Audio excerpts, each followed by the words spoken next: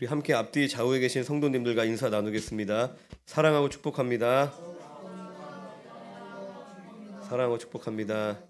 할렐루야. 네, 찬양하는데 저는 우리 나현이 목소리밖에 안 들리더라고요. 근데 하나님도 그러실 것 같아요. 정말 전심을 다해서 찬양하는 그 목소리가 참 너무 듣기 좋았는데 하나님도 나연이 목소리밖에 안 들리셨을 것 같다는 생각이 들어요. 할렐루야. 아멘. 우리가 욥기를 계속 이제 묵상하고 있습니다. 욥의 친구 이제 소발이 이제 이야기를 하고 있죠. 그 소발의 말이 일리가 있습니다. 소발의 욥의 모든 친구들의 말이 다 일리 있는 얘기를 하죠. 굉장히 논리적인 얘기를 하고 있습니다. 악을 뱃속에 감추고 있으면 그것이 독이 된다. 그리고 가난한 사람을 억압하고 집을 빼앗는 악인은 하나님의 진노로 망하게 될 것이다. 이런 이야기들이 다 틀린 얘기가 아니죠. 할렐루야. 우리 안에 있는 악이 또 우리의 삶을 해롭게 하고 또 그 악을 통하여서 또 우리가 범죄하면 하나님이 우리를 심판하신다라고 얘기를 하고 있습니다. 그런데 이 소발의 이야기가 일리가 있는 이야기였지만 이 이야기가 욥에게는 해당되지 않는, 적용이 되지 않는 이야기였습니다. 할렐루야. 우리가 알듯이 욥은 그 자신의 어떤 죄와 허물로 인하여서 고난을 받고 있는 게 아니죠. 하나님께서 특별하게 허락하신 그 고난의 시간들을 통과하고 있는데, 그래서 욥은 이 소발의 거듭되는 비난에 매우 아파합니다. 우리가 지난주에도 말씀드렸듯이 이제 말은 매우 중요하다고 말씀을 드렸죠. 할렐루야. 우리의 말을 계속 우리가 점검하고 또 우리가 우리의 말을 새롭게, 우리의 입술이 거듭나는 은혜가 있기를 주님의 이름으로 축원드립니다. 내가 누구의 말을 듣느냐, 내가 어떤 말을 듣느냐에 따라서 나의 삶의 뿌리가 되는 우리의 영이 죽기도 하고 살기도 한다라고 말씀을 드렸습니다. 그리고 내가 누구의 말, 어떠한 이야기를 듣느냐 뿐만이 아니라 내가 무슨 말을 하느냐, 평상시에 내가 무슨 말을 내뱉느냐에 따라서 그 말을 하고 있는 나와 내 말을 듣는 지체가 살기도 하고 죽기도 한다라고 말씀을 드렸습니다. 말이 곧 영이기 때문입니다. 우리가 말을 변화시키기 위해서는 이제 겉으로 우리가 세련된 말을 하고 우리가 친절한 이야기를 하는 것뿐만이 아니라 본질적으로는 우리의 마음이 새로워져야지만 우리의 말이 새롭게 되는 줄로 믿습니다. 내가 지체를 향한 그 비난과 그러한 정죄의 마음을 품고 나서 그 지체를 향하여서 결코 선한 말이 나올 수가 없겠죠. 누군가를 내가 미워하면서 한두 번 그냥 그런 척하면서 좋은 말을 할 수는 있지만 결국 그 지체를 향한 내 마음이 입술을 통하여서 또 표현이 되는 것입니다. 그럼 지체를 향한 이 비난과 판단하는 이 마음이 어디서부터 왔을까요? 할렐루야. 아멘. 우리가 어떤 특정 지체하고의 관계가 안 좋기 때문에 그 지체를 비난하는 것만은 아닙니다. 내가 어떤 지체와 사이가 좋지 않아서 그 지체를 향하여서 좋지 않은 감정을 품고 있는 것뿐만이 아니라 사실 이제 비난을 잘하는 사람은 자기와 상관이 있는 사람이든 자기와 상관이 없는 사람이든 관계없이 다 비난합니다. 할렐루야. 내가 싫어하는 사람, 나와 뭔가 껄끄러운 갈등이 있는 사람만 비난하는 것이 아니라 비난하기를 좋아하는 사람은 나와 전혀 무관한, 나랑 상관이 없는 사람인데도 그냥 모든 것들을 비난하는 마음으로 바라보는 것이죠. 할렐루야. 그 마음이 그렇게 비뚤어진 것입니다. 세상에는 그 원인을 이제 상처 때문이다라고 이야기를 합니다. 마음의 상처 때문에 그 상처로 인해서 마음이 삐뚤어졌고 또 그 상처 때문에 잘못된 행동을 하는 것이기 때문에 상처를 치료해야 된다.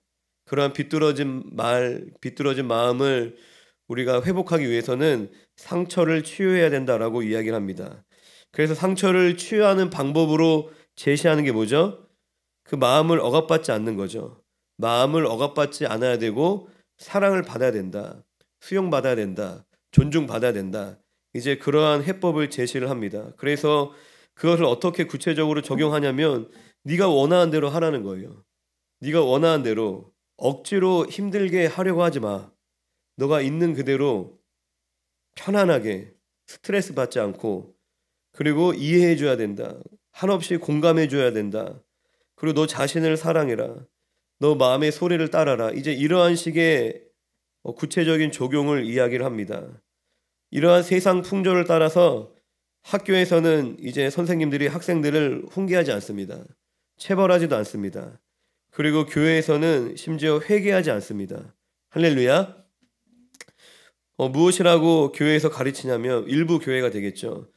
회개가 없어도 사랑받으면 저절로 변화가 된다. 그런 식의 가르침을 이야기를 합니다. 회개하지 않아도 돼. 사랑받으면 회개하지 마라고 얘기하진 않겠죠. 하지만 그런 뉘앙스로 사랑받으면 저절로 바뀌어. 죄를 지적하지도 않습니다. 순종을 요구하지도 않습니다. 그냥 격려해주고 위로해주고 존귀하게만 여겨주면 바뀔 것이다 라고 그렇게 믿고 신앙생활을 합니다. 할렐루야. 근데 그런다고 그 비뚤어진 마음이 바뀔까요? 계속 위로만 해준다고, 계속 괜찮다 괜찮다, 너가 원하는 대로 해라, 힘든 거 하지 마, 어려운 거 하지 마, 스트레스 받지 마, 편안하게, 그렇게 한다고 그 마음이 바뀔까요? 그 악한 마음이 변화될까요? 물론 격려해주고 위로해주고 존귀하게 여겨주는 것이 나쁜 일은 아니죠. 하나님께서도 우리를 격려하십니다. 우리를 위로하시는 하나님이신 줄로 믿습니다. 그러나 우리가 잊으면 안 되는 사실이, 우리는 은혜 받은 죄인입니다. 그리고 하나님은 우리의 왕이 되시는 줄로 믿습니다. 우리가 죄악된 삶을 날마다 회개하며 왕이신 하나님의 그 통치를 받을 때에, 그럴 때에 사랑이신 하나님과 교제하며 동행하는 삶을 우리가 누리게 되는 줄로 믿습니다. 할렐루야. 내가 주님을 떠나면 당연히 주님과 교제할 수 없겠죠. 이 좋으신 하나님을 내가 등지면, 배신하면, 내가 모른 척하면, 내가 떠나면 당연히 이 하나님의 사랑을 우리가 누릴 수 없는 것입니다. 그리고 우리가 이제 날마다 회개하며 하나님의 왕 되신 하나님의 통치를 받을 때에 우리가 하나님과 교제하고 동행한 삶을 살 수 있으며, 그로 인해서 우리가 근본적인 우리 내면의 변화를 경험할 수 있는 것입니다. 내가 인위적으로 고쳐서 고쳐지는 인생이 아니라, 우리를 구원하신 전능하신 하나님께 내가 순종하며 그분과 동행할 때, 내가 그분과 함께할 때에 우리의 근본적인 우리의 내면이 변화되는 줄로 믿습니다. 위로해주고 격려해주면, 편안하게만 해주면 당장 마음이 좋겠죠. 마음의 여유도 생기고, 막 마음이 뭔가 예민하고 마음이 뭔가 부정적이고 삐뚤어져 있다가, 당연히 좋은 환경, 좋은 음식, 주변 사람들이 다 이렇게 좋은 말만 해주면은 잠깐 마음이 괜찮아진 것처럼 여겨질 수는 있습니다. 그런데 그건 변화된 게 아니에요. 다시 조금만 힘들어져도 그 마음에 있는 온갖 더러운 마음들이 다시 올라옵니다. 할렐루야. 다시 짜증이 생기고 불평이 생기고 누군가를 향한 원망이 생기고 비난하고 싶은 마음이 다시 찾아옵니다. 그래서 다시 그 마음으로 인해서 말이 또 거칠어지고 비난하는 말을 내뱉게 되고 불평하는 말들이 입에서 쏟아져 나오는 것입니다. 그러니까 세상이 얘기하는 그 치유라는 것은 그냥 이 더럽고 악한 비뚤어진 마음을 그냥 진정시키는 것뿐인 거예요. 그 마음이 막 건드려지지 않게 그냥 진정시키는 것뿐입니다. 우리가 안양천에 가면은 이제 아이들하고 안양천에 놀러 가면은 처음에는 물이 되게 맑아요. 근데 애들이 발을 담그고 노는 순간에 물이 꾸정물로 변해요. 애들의 발이 뭐 더러워서 그런 걸 수도 있겠지만, 그 바닥에 깔려있던 흙과 모래가 이제 다시 휘저으면은 다시 올라오는 것이죠. 이런 것과 같이 우리 마음도 마찬가지입니다. 잠깐 좀 편안한 환경, 또 잠깐 내가 쉴 수 있는 곳에 있으면 마음이 진정되는 것 같지만, 마음이 뭔가 평안한 것 같지만 그건 일시적인 거라는 겁니다. 다시 누군가가 나를 힘들게 하고 다시 내가 어려운 상황이 놓이면은 그 마음에 감춰져 있던 온갖 불평과 원망과 미움과 다툼이 올라온다는 것입니다. 그러면 다시 어떻게 해요? 또 마음이 편안해질 수 있는 방법을 찾아 헤매죠. 마음이 편안해질 수 있도록 다시 힘든 것을 피하고, 또 어려운 것을 피하고, 힘든 사람도 피하고, 그냥 편안하게 스트레스를 받지 않는 그런 힐링을 추구하는 것입니다. 그러한 삶을 반복하는 거예요. 그것이 회복이다라고 생각을 하는 겁니다. 할렐루야. 그런 것이 회복이다라고. 여기 앉으시면 돼요. 네, 어서 오세요.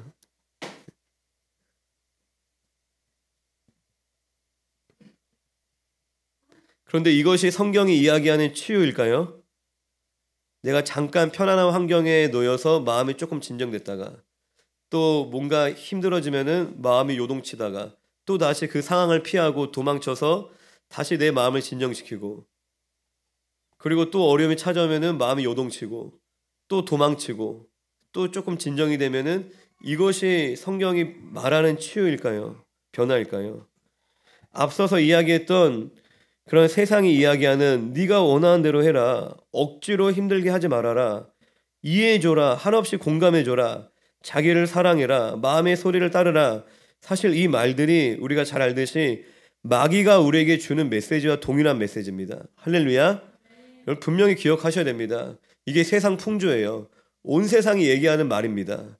그래서 우리는 이러한 가치, 사고방식 따라서 우리가 살아가는 거, 이런 세계관으로 이러한 것이 사람에게 좋은 거야, 필요한 거야, 그런 식으로 우리가 오해를 하고 있습니다.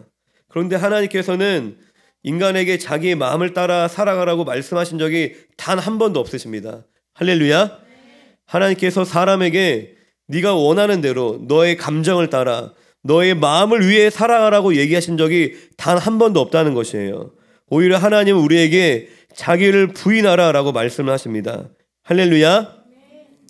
마가복음 8장 34절 말씀을 우리 함께 찾아서 읽어봅시다. 마가복음 8장 34절.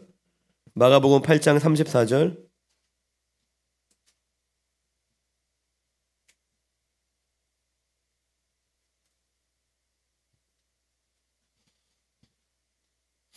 마가복음 8장 34절 우리가 잘 아는 말씀인데 우리가 한 목소리로 같이 크게 읽어봅시다. 시작. 무리와 제자들을 불러 이르시되 누구든지 나를 따라오려거든 자기를 부인하고 자기 십자가를 지고 나를 따를 것이니라. 할렐루야. 아멘. 할렐루야. 아멘. 좋으신 하나님이십니다. 선하신 하나님이십니다. 우리의 아버지가 되시는데 그분이 나를 따라오는 게 아니에요. 그분이 나를 맞춰주고 그분이 나를 따라오시는 그러한 신앙생활이 아니라 우리가 주님을 따르는 것입니다. 우리가 주님께 순종하는 것입니다.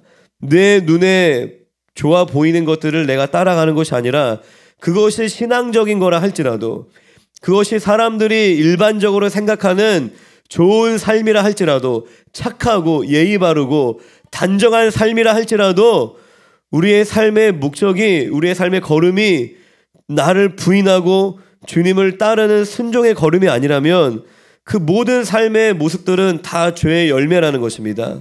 꼭 술 먹고 담배 피고 내가 나가서 도둑질하고 강도짓 하는 것만이 죄가 아니라, 자기를 부인하지 않고 내 판단대로, 내 생각대로, 내 경험대로, 내 눈에 보기 좋은 대로 세상이 얘기하는 선하고 좋고 아름다운 거, 내가 그러한 기준 쫓아 살아간다면 나는 주님을 따르는 것이 아닙니다. 할렐루야. 그렇기 때문에 우리의 삶이 어려워지는 것입니다. 나 나름대로 착하게 살았잖아요.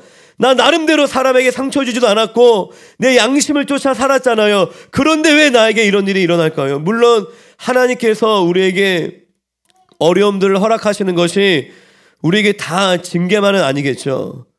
우리의 삶에 어떤 죄의 열매만은 아니겠지만, 내가 하나님 주시는 그 형통한 삶, 내가 원하는 환경과 조건, 내가 원하는 어떤 물질적인 만족을 채우는 것이 아닐지라도 정말 하나님께서 나와 함께 하시고 동행하시며, 설령 지금 나의 환경이 어렵고 나에게 버겁고 현실적으로 말이 안 되는, 도무지 나의 힘으로 감당할 수 없는 환경이라 할지라도 하나님이 함께 하시는 사람은 요셉과 같이 형통한 줄로 믿습니다. 감옥에 갇히고 누명을 쓰고 형들이 나를 버리고 나를 팔아먹고 노예가 된다 할지라도 그 안에서 하나님이 나와 함께 하시는, 주님이 나를 인도하시고 동행하시는 그 주님의 뜻을 발견한다는 것입니다. 환경이 어렵다고 우리가 불행해지는 것이 절대 아닙니다. 할렐루야. 나에게 어려운 일이 발생했다고 그것 때문에 내가 불행해지는 게 아닙니다. 그럼 반대로 환경이 좋다고 항상 행복해요? 제가 노숙인 사역 처음 할 때 예전에 설교 시간에 얘기했던 것 같은데, 제가 성경 공부를 해드리던 노숙인 분에게 막 핸드폰도 만들어드리고 직장도 막 잡아드리고 또 이분이 아름다운 가정도 이루셨으면 좋겠다, 막 그런 생각들을 막 한참 하고 있는데, 주님이 주시는 감동이, 핸드폰 있다고 행복하니? 직장 구하면 행복하니? 결혼했다고 다 행복하니? 그렇게 물으시는 것 같더라고요. 근데 대답이 아닌 거예요. 이 노숙인 분의 삶을 생각하면은 그냥 인간적인 생각에 이런 것들이 필요하면 좋겠다라는 생각을 해왔는데, 실상 이런 걸 다 가진 그 외의 사람들을 봤을 때 이분보다 더 행복해 보이지 않더라고요. 이분보다 조금 더 행복해 보이지 않은 거예요. 본질이 그게 아닌 거예요. 비록 노숙자라 할지라도, 할렐루야, 여기 노숙자보다 힘든 분 계세요? 닉 부이치치보다 더 조건적으로 불만족스러운 분 계시나요? 제가 극단적인 예를 자꾸 들죠. 우리가 뭐가 본질인지를 분명히 알아야 됩니다. 원인이 거기에 있는 게 아닌 거예요. 내 형편이 안 좋고 내가 가난하고 내가 능력이 없어서 불행한 것이 아니라, 내가 주님과 동행하는 삶을 살지 않기 때문에 우리가 불행한 것입니다. 성경에 나와 있는 하나님의 사람들이 다 좋은 환경 가운데 자기가 원하는 대로 산 사람이 누가 있어요? 그 주님을 의지하였기 때문에, 주님과 동행했기 때문에 그 삶이 천국을 누리게 된 줄로 믿습니다. 할렐루야. 그래서 주님은 인간이 어떻게 해야지만 행복한지를 주님이 아시잖아요. 우리를 만드셨고. 그래서 우리의 마음을 따라 살아가라고 이야기하신 적이 단 한 번도 없습니다. 심히 부패하고 거짓된 그 마음을 쫓으라고. 근데 우리는 우리의 마음의 만족을 따라가잖아요. 만족. 내가 만족스러운지, 내가 만족스럽지 않은지, 내가 원하는지, 내가 원하지 않는지 계속 인간적으로 사는 거예요. 예배는 드리지만, 평생 신앙생활 했지만 인간적인 거예요. 계속 인간적인 거예요.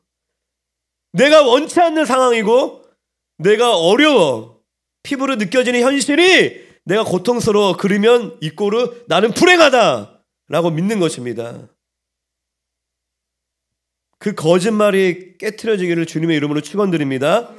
그러면 온 인류 가운데 제일 불쌍한 분이 예수님이에요. 자기가 잘못하신 것도 아닌데 십자가에서 처참하게 죽으셨잖아요.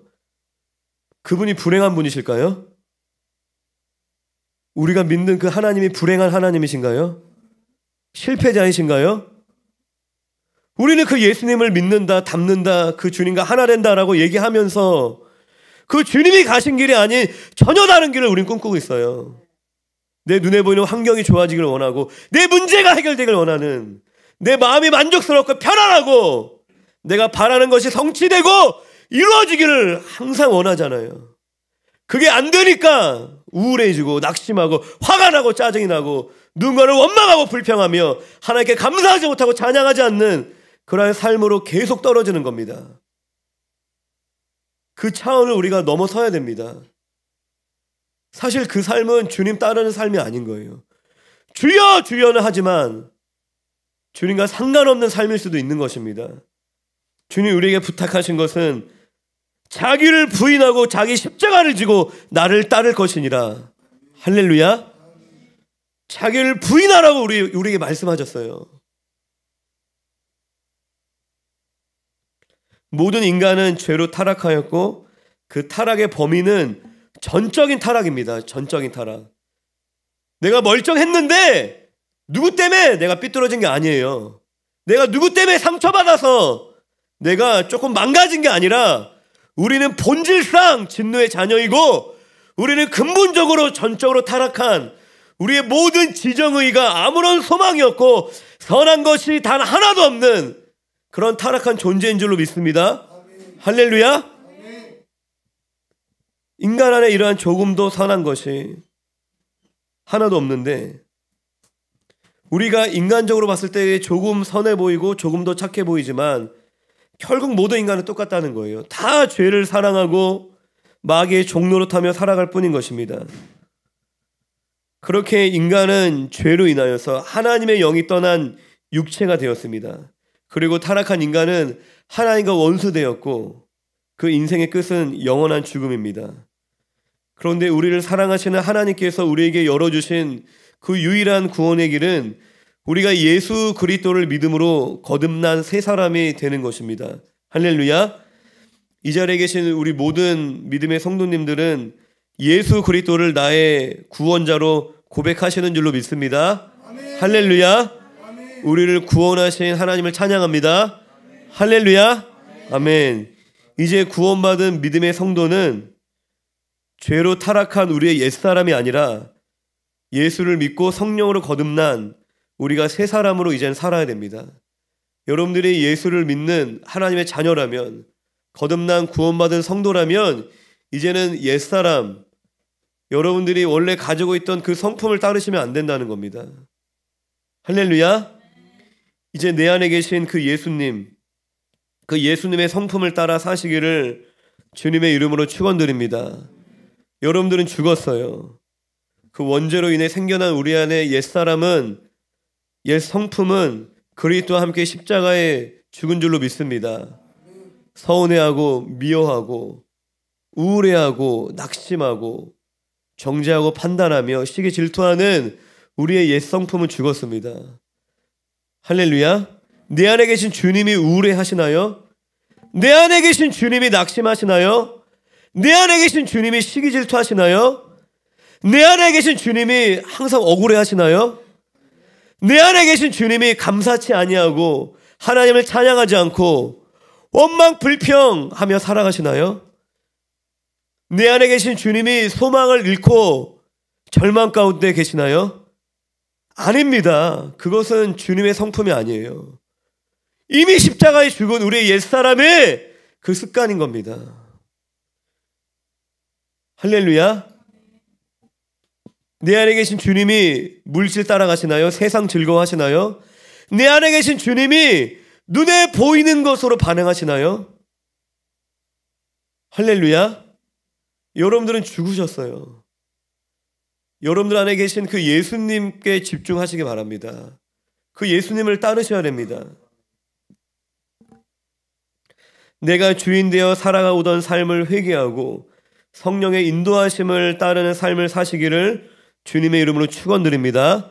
그럴 때 우리의 삶에 소망이 있고 우리의 삶에 근본적인 변화가 일어나는 것입니다. 우리 안에 계신 성령님은 우리를 증인의 자리로 인도하십니다. 할렐루야. 여러분들, 우리 안에 계신 성령님, 여러분들 안에 성령님이 계세요. 그분은 우리를 증인의 삶으로 인도하십니다. 성령이 우리에게 임하시면 할렐루야, 권능을 받고 증인이 되리라. 할렐루야. 여러분들, 성령님이 주시는 사명을 붙잡으셔야 돼요. 내년 2022년 교회, 올해 이제 교회 붙잡은 교회 표어가 이제 자녀의 권세를 누리는 교회였는데, 내년을 좀 기도하고 준비하면서 하나님 주셨던 주제가 사명이 이끄는 삶입니다. 사명이 이끄는 삶. 여러분들의 삶에 문제가 있어요. 여전히 내 안에 연약함이 있습니다. 해결되지 않은 상처가 있고 여러 가지 죄 가운데 우리가 넘어져 있지만, 내가 그 어둠과 싸운다고 해서 내 삶이 해결되는 게 아닙니다. 빛으로 나아가셔야 돼요. 하나님이 주신 사명을 붙잡으셔야 됩니다. 그게 열쇠예요. 여러분들의 삶을 주님께 맡기셔야 됩니다. 내 삶에 내가 무책임해지라는 거 아니에요. 자꾸 우리를 사명의 자리에서 이탈시키는, 그게 마귀의 전략인 거예요. 내 연약함 때문에 나는 할 수 없을 것 같아. 난 너무나 연약해. 포기해야지. 또다시 주저앉아 버리고, 그리고 나의 발목을 붙잡는 여러 가지 삶의 문제들, 내 내면의 문제가 아니라 내 외부적인, 내 가족이, 내 지체가, 어떠한 상황이 자꾸 나를 사명의 자리에서 이탈시키려고 합니다. 할렐루야. 사명의 자리에 이탈하는 것은 성령님과의 동행하심을 잃어버리는 겁니다. 우리를 구원으로 인도하시고 나의 삶을 거룩하게 변화시키시는 분은 성령님이세요. 내가 나를 뜯어 고치는 게 아니라 그 성령님을 내가 의지하여서 그분의 인도하신 가운데 순종하며 나아갈 때 그분이 나의 삶을 고치시는 거예요. 나의 삶을 새롭게 하시는 겁니다. 할렐루야. 성령님은 우리에게 비전을 주십니다. 하나님의 마음을 주십니다. 우리를 증인되게 하시는 줄로 믿습니다. 여러분들 잃어버린 사명을 붙잡으시기 바랍니다. 내가 놓치고 있던 사명을 회복하시기 바랍니다. 그것이 여러분의 삶의 문제를 돌파하는 그게 지름길이고 유일한 길이신 겁니다. 할렐루야. 이러한 근본적인 회개와 순종을 통해서만 우리의 마음이 새로워지고 또 우리의 마음이 새롭게 되므로 우리의 말이 변화가 되는 줄로 믿습니다. 그런데 이 회개와 순종은 우리의 혼적인 활동이 아니에요. 영적인 활동인 겁니다. 내가 누군가를 사랑하는 것이 내 의지적 결단과 노력으로 되는 게 아니라 내가 영적인 힘으로 할 수 있는 겁니다. 할렐루야. 영적인 힘이 있어야 회개의 자리에 나아갈 수 있고 우리 안에 영적인 힘이 있어야 순종의 자리에 나아갈 수 있는 것입니다. 그래서 우리가 힘써야 되는 게 뭐예요? 영적으로 무장하는 거예요. 할렐루야. 여러분들의 삶이 변화되기를 원하시면, 내 삶에 돌파가 있기를 원하시면 여러분들이 먼저는 영적으로 철저히 무장해야 됩니다. 그런 다음에 이제 우리가 삶에서 예배하고 삶에서 우리가 순종하고 싸우는 거죠. 먼저는 여러분들이 말씀과 기도로 무장하셔야 돼요. 예배의 자리를 사모하셔야 됩니다. 내가 신앙을 잃으면, 내가 믿음이 약해지면 예배만큼 무가치하게 여겨지는 행위가 없습니다. 내가 믿음이 약해지면 우리가 예배를 소홀하게 돼요. 예배에 대한 가치를 잃어버리는 거예요. 그런데 내가 영적으로 살아나면 살아날수록 이 단번에 예배가 나에게 얼마나 결정적이고 얼마나 능력 있는지를 더 여실히, 더 민감하게 깨닫게 됩니다. 할렐루야. 여러분들, 우리의 영이 우리의 뿌리입니다. 우리가 하나님 앞에 나아가 함께 예배하며 주님을 찬양하며 나의 필요에 따라 우리는 움직여요. 나의 필요에 따라서 사람을 만나고 우리가 뭔가를 행하지만 예배라는 이 자리는 나의 필요로 인해서 모이는 자리가 사실 아니잖아요. 우리가 하나님께 드리는 시간인 겁니다. 내 상황이 어떠하든지 간에 있는 모습 그대로 나를 구원하신 그 전능하신 만왕의 왕 대신 찬양받으시기에 합당하신 그 주님을 높여드리고, 할렐루야. 내가 어제 실패했지만, 사업이 망했지만 내 사랑하는 사람과 이별하고 여러 아픔과 실패 가운데 놓여져 있다 할지라도 주님은 찬양받으시기에 합당하십니다. 그 믿음의 고백이 예배인 것입니다. 할렐루야. 그게 얼마나 놀라운 거예요, 예배가. 할렐루야. 이 한낱 먼지 티끌에 불과한 이 죄인이 전능하신 하나님과 교제하고 하나님을 높일 수 있다는 것이 얼마나 놀라운 기적과 같은 일인 것인지를 모릅니다. 우리가 그것을 분명하게 기억하고 우리가 영적으로 무장하고 영적인 삶에 우리가 힘쓰시기를 주님의 이름으로 축원드립니다. 할렐루야. 욥기 21장 7절 8절 말씀을 같이 한번 읽어봅시다. 욥기 21장 7절 8절. 욥기 21장 7절 8절 함께 읽습니다. 시작. 어찌하여 악이 생존하고 장수하며 세력이 강하냐. 그들의 후손이 앞에서 그들과 함께 굳게 서고 자손이 그들의 목전에서 그러하구나. 할렐루야. 욥의 친구들은 그 욥이 당하는 고난의 원인이 욥의 어떤 죄와 허물에 있다고 이제 거듭 얘기를 하죠. 근데 욥은 계속 그 논리를 반박합니다. 뭐라 얘기하냐면 악인이 있다. 그런데 그 악인이 심판받기는커녕 장수하고 그 악인이 잘 되기도 한다. 아니, 악인이 죄로 인하여서 심판받는다면서. 그런데 이 악인이 장수하고 이 악인이 잘 되는 것은 그러면 그 어떻게 된 일이냐 라고 이제 욥이 반박하는 거예요. 그러니까 모든 것에 원인이 있다라고 생각하는 그 친구들, 그러니까 인과응보라는 그 친구들의 논리가 맞지 않다는 것입니다. 할렐루야. 친구들은 자신의 지식과 논리를 확신하며 이야기했지만 욥은 하나님이 주시는 지혜로 친구들의 그 논리의 허점을 찾아내어서 이제 반박을 하였던 것이죠. 하나님은 광대한 분이십니다. 우리가 하나님의 뜻을 다 헤아릴 수가 없죠. 할렐루야. 그런데 이 욥의 친구들은 하나님의 뜻이 이러하다. 그들의 말이 틀린 말은 아니었지만 하지만 너무 단정 지었던 거예요. 하나님의 뜻이 이거다. 하나님은 전능하시고 정말 우리가 측량할 수 없는 지혜를 가지신 분이신데 우리가 하나님의 뜻을 우리가 단정 지을 때가 있다는 것입니다. 내 경험과 내 지식으로 무언가를 확신하는 것만큼 사실 어리석고 위험한 일이 없습니다. 자신의 지식과 경험을 의지하며 살아가는 사람은 내가 경험하지 못한 일을 만나면 두려워합니다.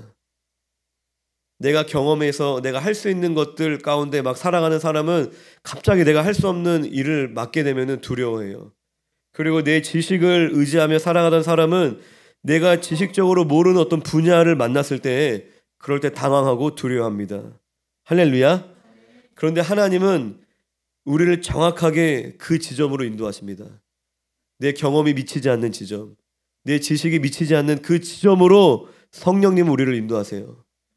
우리는 내 지식 안에서 내 경험 안에서 편안하게 있기를 원하지만 주님께서는 도저히 내가 경험해보지 못했던 또 내 지식으로 담을 수 없는 그 환경으로 그 자리로 우리를 부르신다는 겁니다. 뭐 예를 들면은 언어도 통하지 않는 외국에 갑자기 딱 온 것처럼 얼마나 당황스럽고 두려워요.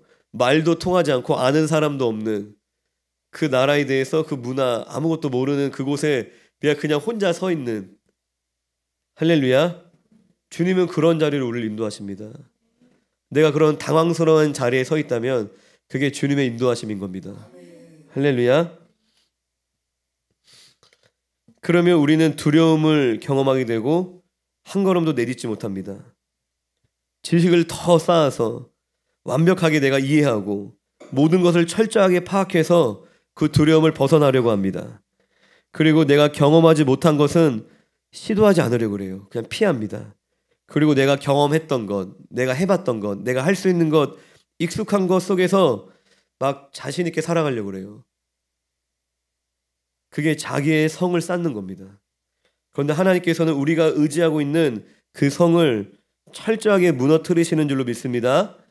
자기의 지식을 의지하여 자신만만해하던 사람에게 내가 알고 있는 그 지식이 얼마나 미천한지를 깨닫게 하십니다.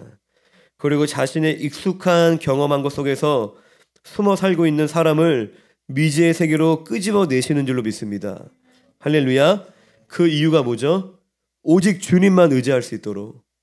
할렐루야. 오직 주님만 의지할 수 있도록. 모든 인간이 마찬가지인 거예요. 다 내가 잘할 수 있는 거, 내가 경험했던 거, 내가 아는 것 안에서 살아가려고 해요. 그 안에서 사고하고 그 안에서 판단하고 그 안에서 결정하고 전혀 내가 생각지 못했던 것들 하는 것을 주저합니다. 전혀 내가 가보지 않은 길을 가는 것을 다 주저합니다. 하지만 주님은 우리가 우리의 지식과 경험을 의지하지 않도록 그러한 길로 오직 주님만 의지할 수 있는 길로 우리를 인도하신다는 겁니다. 할렐루야. 이렇게 주님을 따르는 그 걸음 자체가 그러한 걸음의 연속인 거예요. 내가 지식적으로 답이 안 나오고 내 경험을 계속 뛰어넘는 주님의 인도하심은 그러한 걸음입니다. 꼭 어디를 뭐 외국을 막 나가고 그런 것만을 얘기하는 게 아니에요. 내가 같은 그 자리에 서 있다 할지라도 우리는 계속 내 틀 안에서 살아가려고 해요. 그걸 계속 깨트리게 하시는 거예요. 내가 항상 저는 항상 교회에 있는 사람이잖아요. 그래도 항상 뭔가 감당할 수 없어요. 항상 감당할 수 없고 답이 나오지 않는. 그리고 우리가 하나님 앞에 나와 주님의 음성을 구하고 기도할 때 또 주님이 나에게 어떤 해법을 주실 때도 내가 익숙하게 내가 경험했던 것들을 하게 하실 때도 물론 있겠지만 전혀 뜻하지 않은 것들을 우리에게 말씀하실 때가 종종 아니 자주 있다는 겁니다. 여리고성을 도르라고 했던 것처럼 말도 안 되는 것들을 우리에게 요구하실 때가 있다는 겁니다. 왜요? 우리의 믿음을 시험하시는 거예요. 내가 하나님만을 의지하고 있는가? 또 우리의 믿음을 더 자라날 수 있도록 주님이 인도하시는 겁니다. 내 지식으로 다 파악이 되면 주님 의지하지 않습니다. 사람은 내가 지식으로 다 사이즈가 나오니까. 그러면 주님을 의지하기보다 내 지식을 믿고 살죠. 내 경험으로 다 해봤던 일이야. 내 경험으로 다 감당할 수 있는 일이라면 주님 의지할까요? 주님 의지하지 않아요. 내가 해왔던 대로 그냥 합니다. 내 경험을 믿고 사는 겁니다.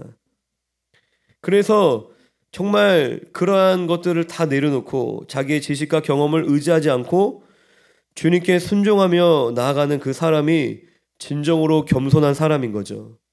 할렐루야. 자기 자신을 매 순간 의지할 수 없기 때문에, 의지하지 않기 때문에, 그렇게 주님을 따르는 그 삶이 진정으로 겸손한 삶인 겁니다. 반면에 하나님께 순종하지 않는 그 걸음은 마음이 높아질 수밖에 없어요.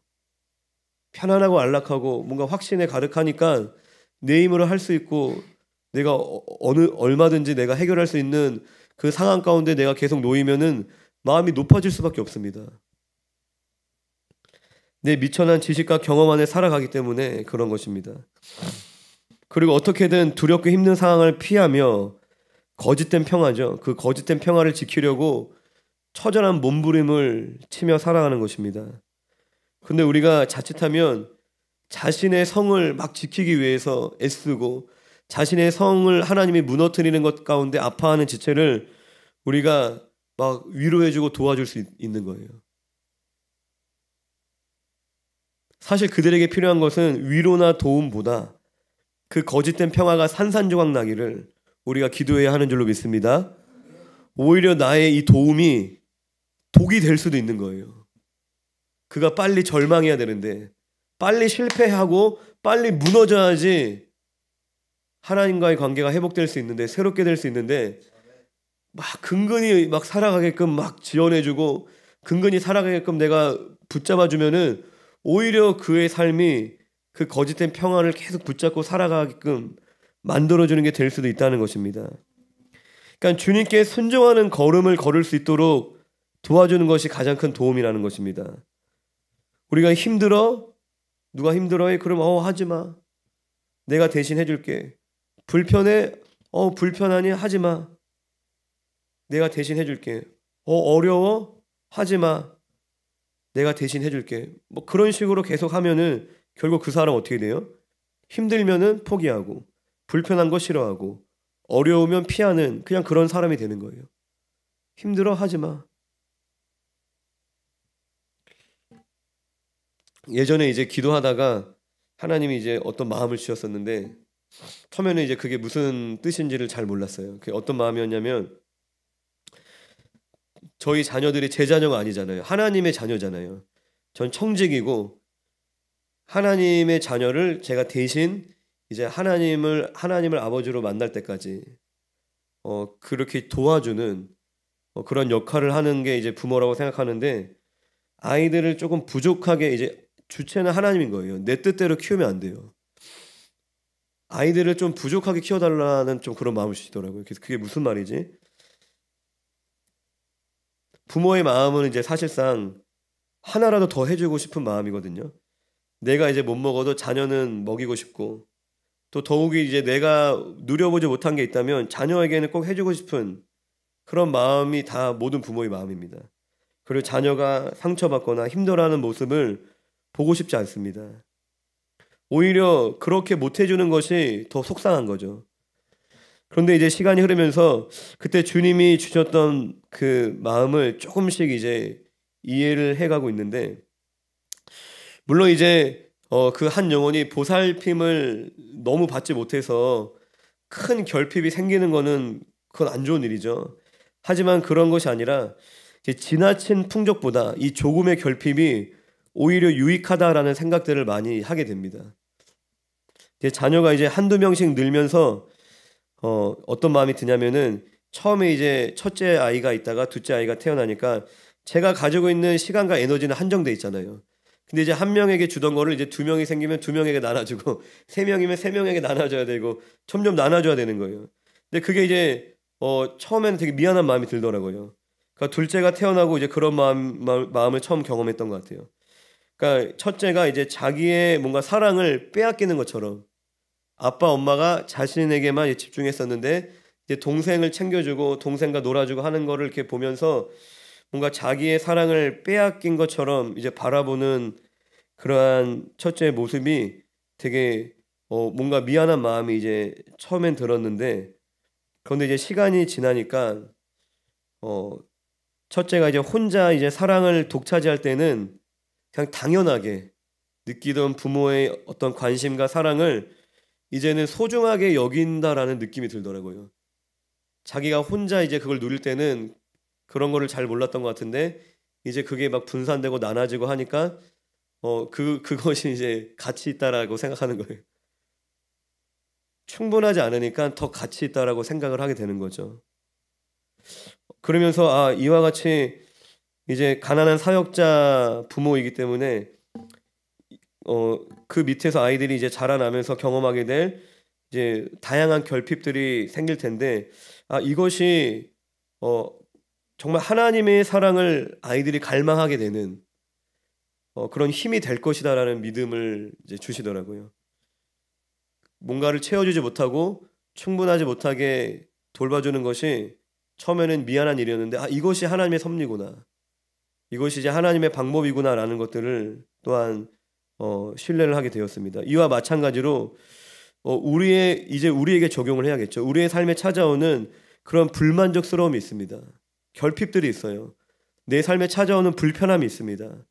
내 삶에 그냥 다 마음이 맞는 사람들과만 있으면 좋을 텐데 나랑 마음이 맞지 않는 사람도 있고 내가 때때로 상처받을 때도 있고 불만족스러운 상황들이 우리의 삶에 끊임없이 찾아오는데 이 또한 우리의 마음을 낮추시는 할렐루야 하나님의 은혜인 줄로 믿습니다. 그리고 이로 인해서 우리가 하나님의 사랑을 더욱더 갈망하게, 내가 뭔가가 결핍이 있고 뭔가가 내가 갈급한 가난한 심령 가운데 놓일 때에 우리가 하나님의 그 사랑과 은혜를 더욱더 목말라하고 갈망하게 되는 줄로 믿습니다. 할렐루야. 다니엘 기도회를 이제 전형받아 보면서 그 고난을 통과하신 간증들이 주로 나오더라고요. 그 은혜를 받으면서도 한편으로 두려운 마음이 드는 것. 와, 저런 일을 내가 겪으면 감당할 수 있을까? 그런 생각을 항상 해요. 하나님께서는 자녀를 징계하시고 훈계하신다는데 할렐루야. 자녀가 누리는 특권이 훈계고 징계다라고 이제 성경에서 얘기를 하고 있는데 내가 하나님의 자녀이지만 하나님께 훈계와 징계받기보다 하나님께 은혜만 받기를 원하는 거예요. 하나님께서 나를 이해해 주시고 내 잘못을 눈감아 주시고 나를 그냥 이해해 주시기만 원하는 마음이 제 안에 있는 것도 사실입니다. 그런데 우리가 고난을 통해 경험하는 그 어려움보다 더 무서운 게 뭔지를 알아야 됩니다.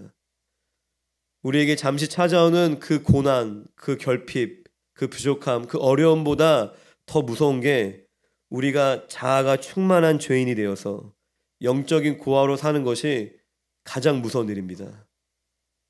내 마음이 높아져서 내 고집을 꺾지 못하고 내 자아가 충만한 자가 되어서 불편한 거 싫어하고 내가 원하는 대로만 살아가며 결국 주님과 동행하지 못하는 하나님 아버지의 그 은혜와 사랑을 벗어난 그러한 죄인의 길로, 그 고아의 길로 살아가는 것이 그것이 진정한 불행이고 우리가 정말 경계하고 두려워해야 하는 일인 것입니다.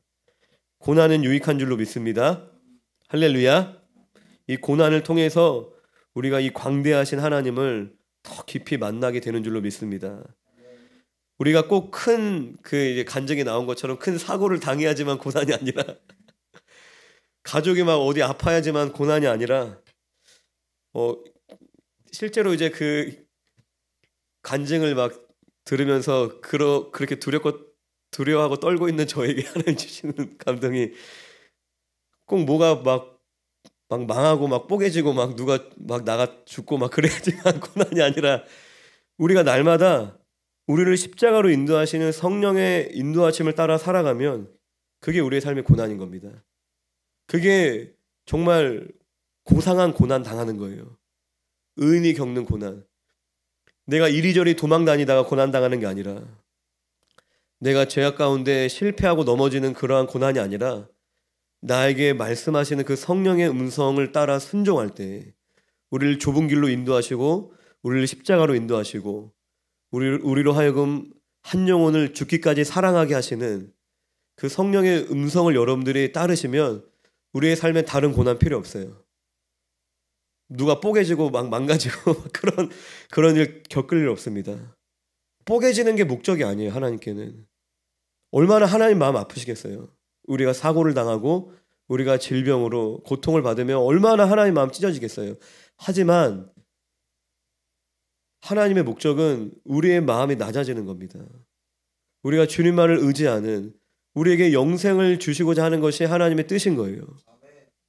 내가 의지하고 사랑하는 그 우상들을 다 우리가 내려놓고 우리가 우리의 자아를 부인하고 오직 한 길, 길이요 진리요 생명 되시는 예수님을 따라 영생을 얻게 하시는 것이 하나님의 크신 사랑이기 때문에 우리가 삶에서 고난당하지 않더라도 우리가 그 주님을 따라 좁은 길을 걸어가면 우리가 날마다 이 고난의 유익을 누리게 되는 줄로 믿습니다. 할렐루야. 조금만 더 나누면 이제 욥기 22장부터 이제 세 번째 논쟁이 시작됩니다. 세 번째 논쟁. 이제 저희가 욥기를 한 달 정도 이제 큐티를 하고 있는데 이제 성경 예배를 이제 매일매일 드리거든요. 그 성견의 아이들도 이제 저희가 큐티하는 그 큐티 본문과 같은 본문으로 매일 예배 드리고 큐티를 합니다. 그래서 이제 성견 예배 때 이제 찬양이 끝나고 이제 제가 나와서 오늘은 욥의 친구 소발이 이렇게 얘기했습니다. 뭐 이렇게 딱 얘기를 시작하니까 아이들에게 한 얘기가 욥과 친구들은 아직까지도 얘기하고 있냐고. 욥과 친구들은 왜 이렇게 오랫동안 얘기를 하냐는 거예요. 아직도 얘기하고 있네. 그렇게 이제 아이들이 막 순진하게 얘기를 하더라고요. 물론 이제 욥기가 어떤 성경인지는 1시간이면 공부합니다. 욥의 내용과 뭐 주제는 1시간이면 공부할 수 있지만 그 욥의 상황으로 우리가 가서 욥의 마음을 우리가 느끼고 또 욥의 친구들의 마음을 느끼고 그리고 또한 그 모든 것을 주관하시는 하나님의 마음을 헤아리기까지는 사실 한 달의 시간도 부족합니다. 평생의 시간이 필요하겠죠. 하지만 하나님께서 어쨌든 이 같은 본문을 계속 우리에게 허락해 주시고 그리고 또 앞서 이야기했듯이 다니엘 기도회를 통해서 이제 고난당한 간증을 계속 듣게 하시는 그 분명한 뜻이 있으시다라는 생각이 들더라고요. 우리 교회에게 저와 여러분들에게 주시려는 분명한 뚜렷한 메시지가 있으신 줄로 믿습니다. 할렐루야. 우리가 그 과거의 상처와 실패에서 우리가 벗어나야 됩니다. 우리가 너무나 잘 알고 있어요. 주님이 정답인 것을. 주님을 떠나 살 수 없고 주님만이 내 유일한 소망 되시고 그런데 주님을 따르지 못하도록 여전히 내 발목을 붙잡고 있는 우리 안에 있는 그 실패, 그 어두운 기억들, 그 상처가 우리 안에 있다는 것입니다. 그것을 온전히 우리가 해결하지 않고서는 계속 우리의 삶이 제자리를 뱅뱅 도는 것과 같이 뭔가 은혜 받고 일어서다가 다시 넘어지고 그러한 삶을 우리가 벗어날 수 없다는 것입니다. 고난이 유익이다라는 것을 우리가 수도 없이 귀로 듣고 머리로 알지만 내 마음에는 여전히 뭔가 큰 돌 하나가 있는 것 같아요. 잊을만 하면 한 번씩 생각이 나서 나를 괴롭히고 나를 우울하게 만들고 나를 열등감에 사로잡히게 하는 여전히 내 안에 해결되지 않은 그런 상처, 그런 고난에 대한 기억이 있다는 것입니다. 그리고 이 아픔과 상처가 지금 현재 진행형일 수도 있어요. 우리 안에. 또 어쩌면은 내가 겪고 있는 이 상처가 이 아픔이 영원히 해결될 수 없는 문제일 수도 있습니다. 내가 사랑하는 사람을 잃어버렸어. 영원히 해결될 수 없는 거예요. 그 사람이 살아 돌아올 수 없다는 거예요. 영원히 해결될 수 없는 거예요. 그 아픔은. 그리고 그뿐만이 아니라 우리가 과거에 경험했던 그 일들을 돌이킬 수 없습니다. 나의 과거를 바꿀 수 없다는 거예요. 우리가 이따금씩 내게 그런 일이 생기지 않았더라면, 내가 그런 환경에서 살지 않았더라면, 내가 그러한 결정을 하지 않았었다면 얼마나 좋았을까? 얼마나 좋았을까? 그렇게 아쉬워해도 사실 달라지는 건 없습니다. 그로 인한 이 현실을 잊기 위해서 우리가 술도 먹고 또 우리가 미디어에도 빠져 있는 겁니다. 현실을 도피하는 거예요. 그런데 현실을 도피한다고 그 현실에서 벗어날 수 있나요? 벗어날 수 없습니다. 오히려 현실을 도피하고 죄와 쾌락에 빠져 있다가 다시 정신 차려지면은 더 큰 불안과 염려가 밀려오죠. 여러분들 그런 경험 해보셨죠? 학창 시절에 시험 기간인데 공부 안 하고 이제 막 놀다가, 그리고 막 그 불안함 때문에, 시험에 대한 염려 때문에 공부가 더 안 돼.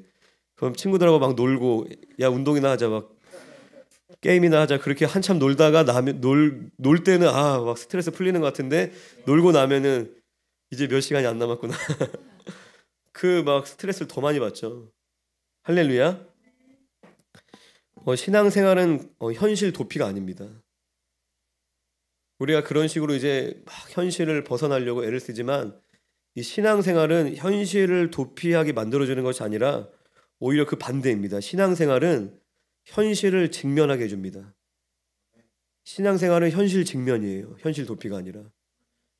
현실을 도피하기 위하여서 우리가 이제 주님을 찾을 수도 있어요. 때때로.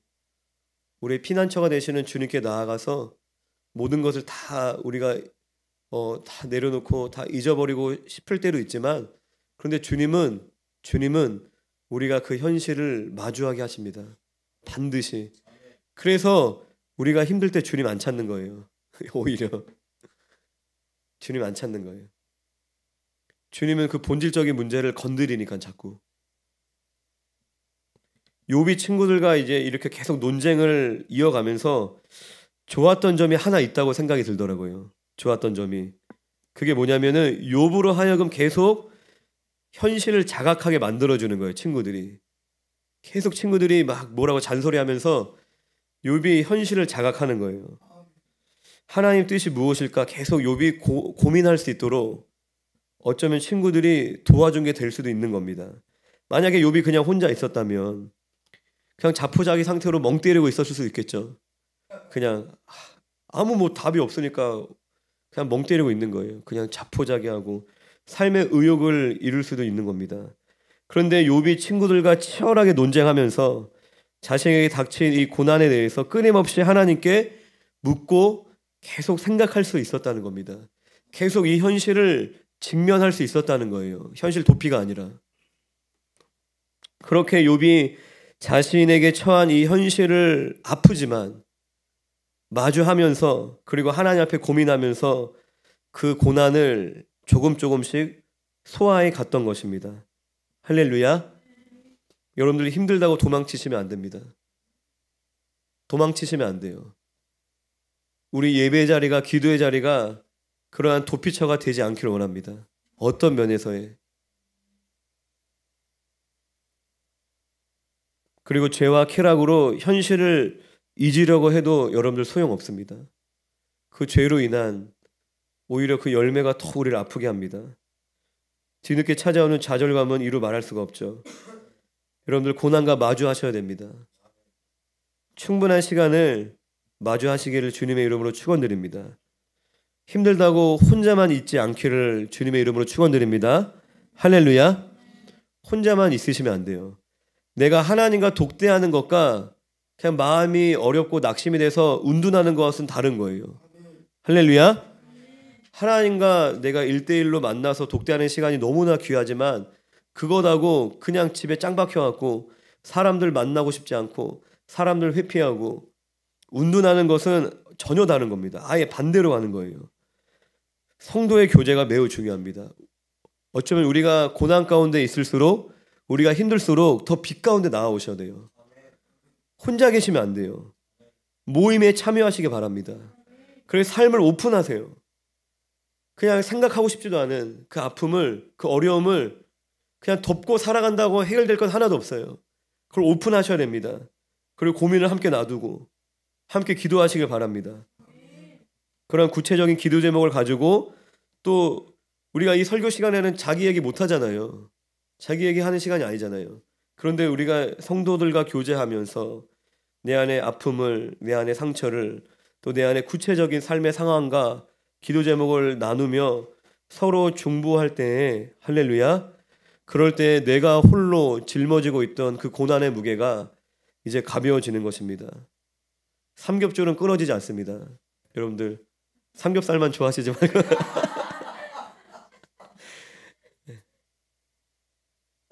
그날이 가까움을 보면 볼수록 마지막 때가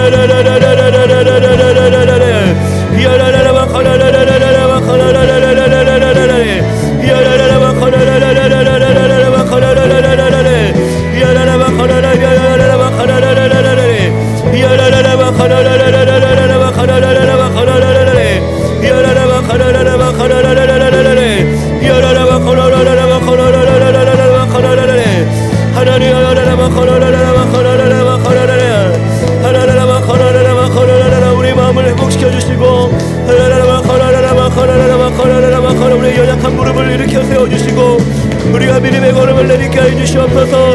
야라라바 가라라라바 가라라라라라라라라 야라라라바 가라라라라바 가라라라라라라라라 야라라바 가라라라바 가라라라라라라라 가라라라라라 주님 기어라라라. 우리 마지막으로 한 번만 더 같이 기도합시다. 우리가 기도의 자리에서 승리하셔야 됩니다. 우리가 기도의 자리에서 돌파하셔야 됩니다. 그래야지 삶에서도 우리가 승리하고 우리의 삶의 어려움들을 돌파하는 줄로 믿습니다. 우리 시간 다시 한번 주님 앞에 간절하게 기도합시다. 또 우리 이 자리에 없는, 또 이 자리에 함께하는 우리 지체들을 우리가 또한 서로 중보하기를 원합니다. 하나님, 우리가 믿음의 삶을 살게 해주시옵소서. 우리가 주님의 손을 붙잡고 우리 안에 있는 모든 어두움이, 모든 우울함이, 모든 낙심하는 마음이, 모든 두려움이 다 벗겨지게 하시고 우리가 주님의 마음으로, 주님 주시는 담대함으로 다시 일어설 수 있도록 도와주시옵소서. 우리 자신을 위해, 서로를 위하여서 우리 주여 한번 크게 부르고 합심하여 기도합시다. 주여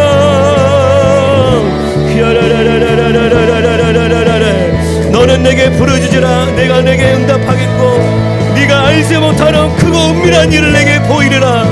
너는 내게 부르짖으라 내가 내게 응답하겠으며 네가 알지 못하는 크고 은밀한 일을 내게 보이리라. 이하나 가날라 가야라라라 가라라라라라라라 주여 가라라라. 우리의 마음을 혼미케 하며 우리의 말을 움켜쥐고 주님께 드리지 못하게 하는 우리 안에 모든 탐심을 다 십자가에 못 박았습니다. 이하라라바 가라라이랴. 우리가 예수 안에 참된 만족과 기쁨과 감사를 누리게 하여 주시옵소서. 하나님, 날마다 우리가 주님과 함께 고난받게 하시고 우리가 십자가의 길, 좁은 길, 우리가 믿음의 걸음 걷게 하여 주시옵소서. 우리의 높아진 마음을 다 무너뜨려 주시옵소서. 우리가 주님만을 의지할 수 있도록 도와주시옵소서. 우리의 모든 교만한 마음들을 다 무너뜨려 주시고 우리가 가난한 심령 되게 하셔서 우리가 통회하고 자복하며 우리가 오직 주님께만 순종하며 믿음으로 나아갈 수 있도록 도와주시옵소서.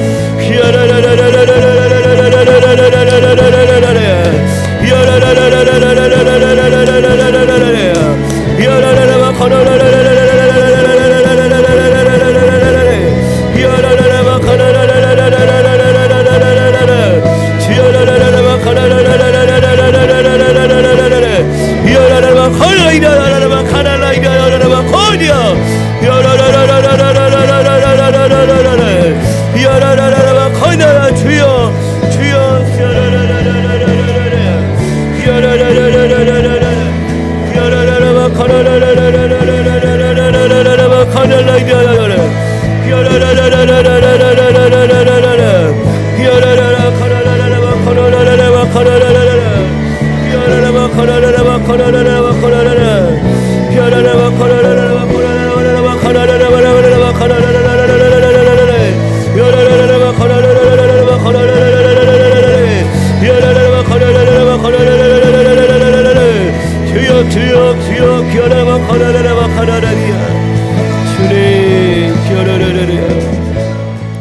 하나님 감사합니다.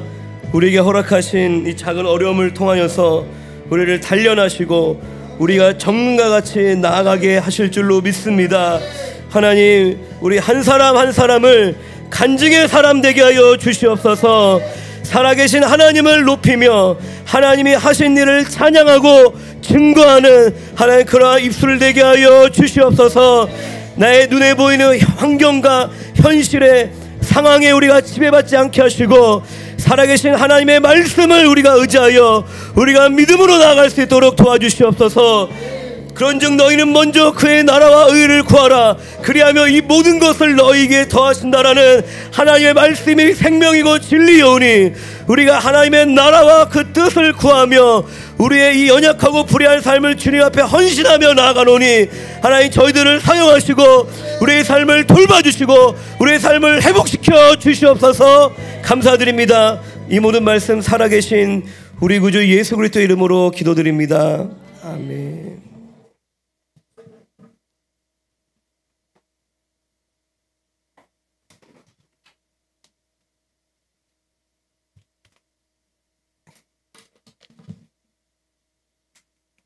교회 소식 전해드리겠습니다. 오늘 점심 식사 후 예배실에서 나니아 연대기 영화를 시청합니다. 그 시간 되시는 분들은 같이 영화 시청하시고요. 점심 식사 후에 2시부터는 사역자 리트릿이 있습니다. 그 소예집에서 있으니까요. 사역자 분들은 꼭 참석해 주십시오. 예만 목사님 악기 이건 아직도 더 모집하고 있나요? 아 예.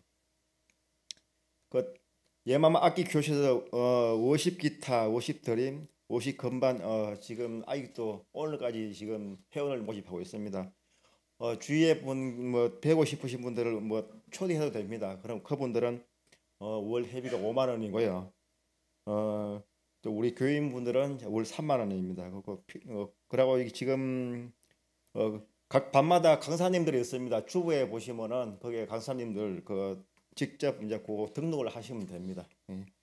그리고 매일 전도가 시작됩니다. 매일 오후 1시 말씀 통독 2시에는 노방 전도가 있습니다.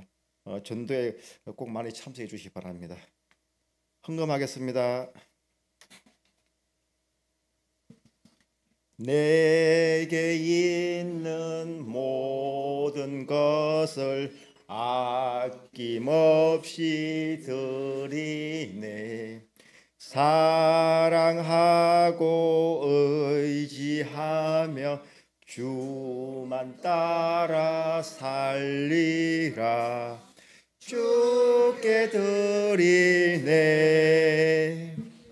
주께 드리네. 사랑하는 구주 앞에 모두 드리네. 헌금기도 축도가 있겠습니다. 일어나 주시고요.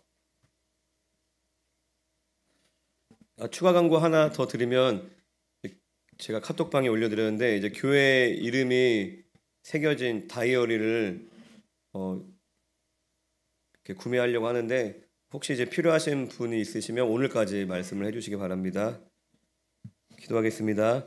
사랑해 주니 감사합니다. 하나님, 드려진 예물을 기쁨으로 흠양하여 주시옵소서. 하나님, 연약한 저희들을 긍휼히 여겨주시고 우리가 물질로 고통받는 삶이 되지 않게 하시고 물질의 통로가 되어 하나님께 쓰임받는 삶이 될 수 있도록 도와주시옵소서. 우리의 삶의 필요와 생사와 복을 주관하시는 분이 하나님이심을 믿으며 우리가 물질을 따라 현실을 바라보며 살아가는 삶이 되지 않게 하시고 우리가 믿음으로 순종하는 걸음 되게 하셔서 정말 하나님의 살아계신과 역사하심을 간증하는 삶이 되게 하여 주시옵소서. 이제는 예수 그리스도의 은혜와 하나님 아버지의 크신 사랑과 성령의 감화 감동 충만케 하시는 그 은혜가 우리의 삶에 허락하신 작은 어려움들을 통하여서 크신 하나님을 더 깊이 알아가며 또 이 고난을 극복하고 회복되어 정말 하나님께 영광 돌리기를 소망하는 우리 사랑하는 믿음의 성도님들과 북녘 땅의 지하교회 성도님들과 열방에 계시는 선교사님들 머리 위에마다 영원토록 함께 있을지어다. 아멘.